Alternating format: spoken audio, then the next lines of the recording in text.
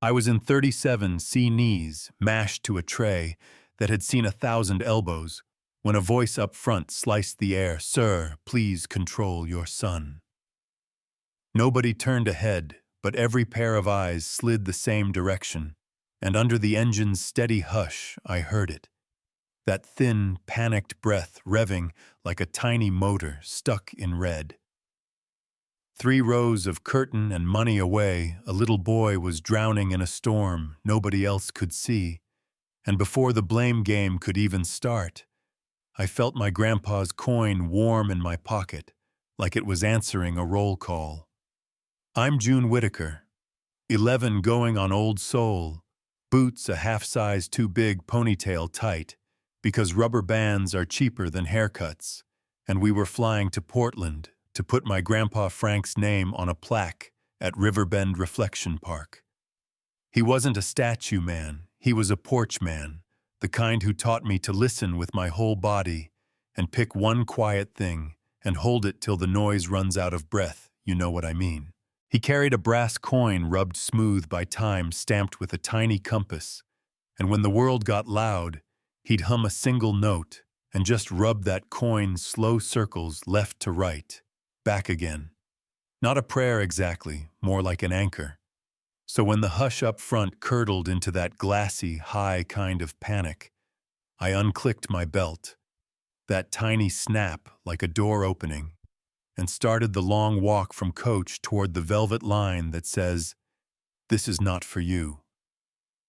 The lead flight attendant met me with a smile painted with rules, "Sweetheart, you need to return to your seat," but the air in front of her rippled like heat over asphalt, and I said, "He needs someone who isn't asking anything from him."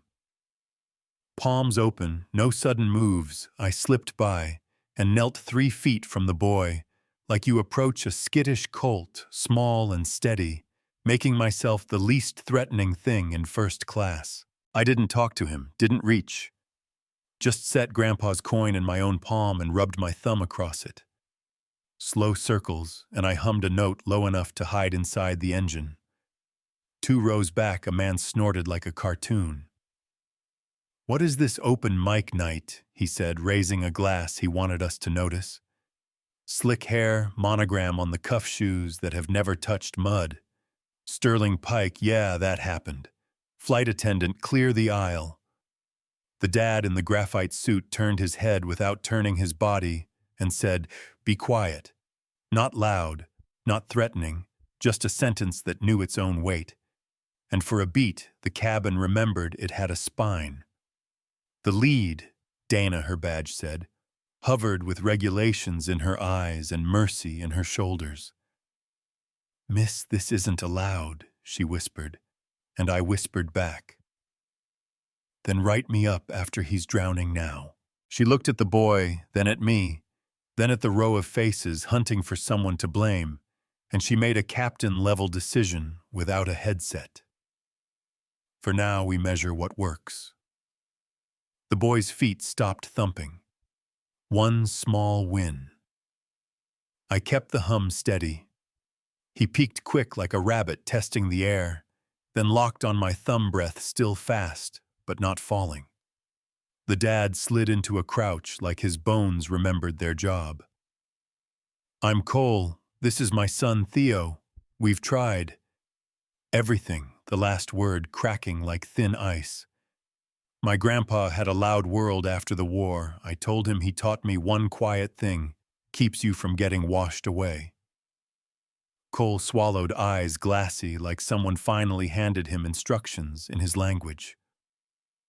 Theo reached, not for me, for the coin, set his whole small palm on it to make sure it was real, and I could have cried right there, but I kept humming because the room was holding its breath. Then the twist. The engines changed pitch, that slow bend when the pilot starts thinking about land, and Theo's shoulders shot up like the sound tugged a wire. New noise, new threat, you could feel the cabin brace. Every muscle in Cole's body said, "Grab, fix, control," and I touched his sleeve. Tiny shake of my head, it's just the plane talking. I slid the coin so Theo could feel its weight in his own fingers, closed them around the brass, and matched the engine with my voice, same tone, same line, like weaving a loud thread into a quiet fabric. Dana returned the rulebook back on her face. "We're on approach. He has to be belted." I nodded. "Keep the coin with him," I told Cole Buckle, "like you're tucking a blanket, not locking a cage." Across the aisle, a seat sat empty because Sterling had traded his earlier in a platinum-sized huff, so I took it. Buckled in, held my hands where Theo could see, and rubbed my thumbs in the same slow circles he was doing on the coin. "I'm doing it too, we're doing it together." Portland spilled its lights under the wing like a jewelry box. The wheels kissed the runway with that hot rubber chirp that makes even grown men flinch. Theo startled, and I gave him the smallest nod. I felt it too, and he didn't scream, not once. The cabin didn't bolt for the door right away. People waited. They breathed. They remembered they were mammals who used to live in herds. Even Sterling stayed quiet, though he made sure his silence looked expensive. At baggage claim, where compassion usually goes to die, the belts rumbled, the loudspeaker argued with itself. Kids melted, grown-ups forgot they had been kids once, and Cole came over with Theo on his hip and the coin in the kid's fist. "I don't know how to say thank you for this," he said, reaching for his wallet. "Because when money has solved every problem you've ever had, gratitude feels wrong-sized without it." My Grandma Mabel lifted her hand, not rude, just firm. "Kindness isn't a job," she said, "it's a reflex. Pay it forward or don't. That's between you and your pillow." He laughed once, through his nose, the sound a little broken, and then he surprised me. "We're in town for my father-in-law's plaque tomorrow. Riverbend reflection. I'd like to come. I want Theo to meet the kind of quiet that changes people." We met the next morning under maples that had decided to let go early. The park smelled like damp stone and cut grass. A man in uniform said the right words about Master Sergeant Franklin Whitaker. Bravery duty flag. And I kept seeing the porch and the tomato vines and the fishing line that teaches patience because fish don't care about your plan. When the clapping softened, Cole walked over without a mic, without a pitch, and said, "I build systems that turn noise into money. I want to build a place that turns quiet into healing." He unrolled a sketch from his jacket. No logos, just pencil. A little lake, a dock, a path. 5 acres, no highway, no flashing anything. We'll call it Anchor Grove. Raised beds you can tend without alarms. A wooden dock where nobody cares if you catch a thing. A small room with walls that drink sound and windows that let in light that doesn't ask anything from you. And a path lined with smooth tokens carved with tiny compasses. Take one when you arrive, return it when you're ready to leave. No gift shop, no plaque with my name. Grandma put her hand to her mouth and cried the kind of tears that wash dust off old grief. Theo pressed his palm flat on the paper like he was checking for edges. Cole looked at me. "I spent years building walls around my kid. You showed me I should have been planting gardens. Thank you for teaching me." And I told him what Grandpa told me, be the quiet you wish someone had been for you. If the story ended there, it would be tidy and soft, but real life keeps its edges. On our way out, Sterling was leaning against a black SUV like a billboard for himself. "You know what you did up there was against FAA regs," he said with that dry smile people use when they think money equals truth. "You played therapist in the aisle. Rules exist for a reason." I said calm because anger feeds his kind. "The rule is to keep people safe yesterday. The safest thing was compassion. If we'd hit turbulence, you would have watched me move faster than your mouth. But we weren't in turbulence. We were in judgment. And there is no seatbelt sign for that."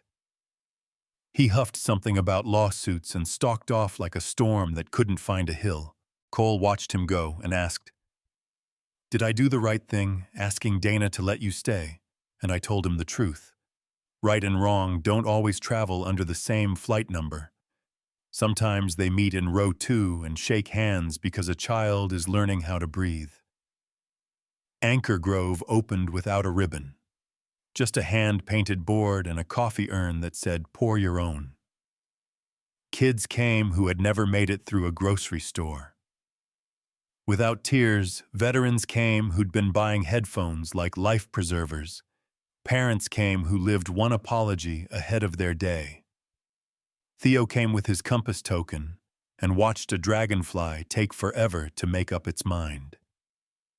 Cole showed up every Saturday with a screwdriver and the kind of humility that doesn't need to introduce itself, and me.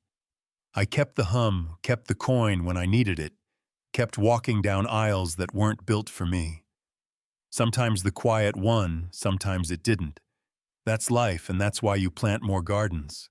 So tell me what you think. Was Dana right to bend the rule because humanity asked louder than policy? Or should lines never blur, not even for a scared kid in row 2? Is first class a place we buy to forget each other, or can it be where we remember what we owe one another?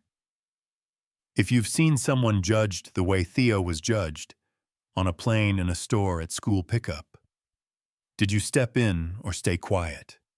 Drop your truth in the comments, tell me where you're watching from, and tell me the quiet thing you hold when your world starts to rattle. I'll be down there listening, coin in my pocket, ready to learn. Yeah, that happened, and I think it matters.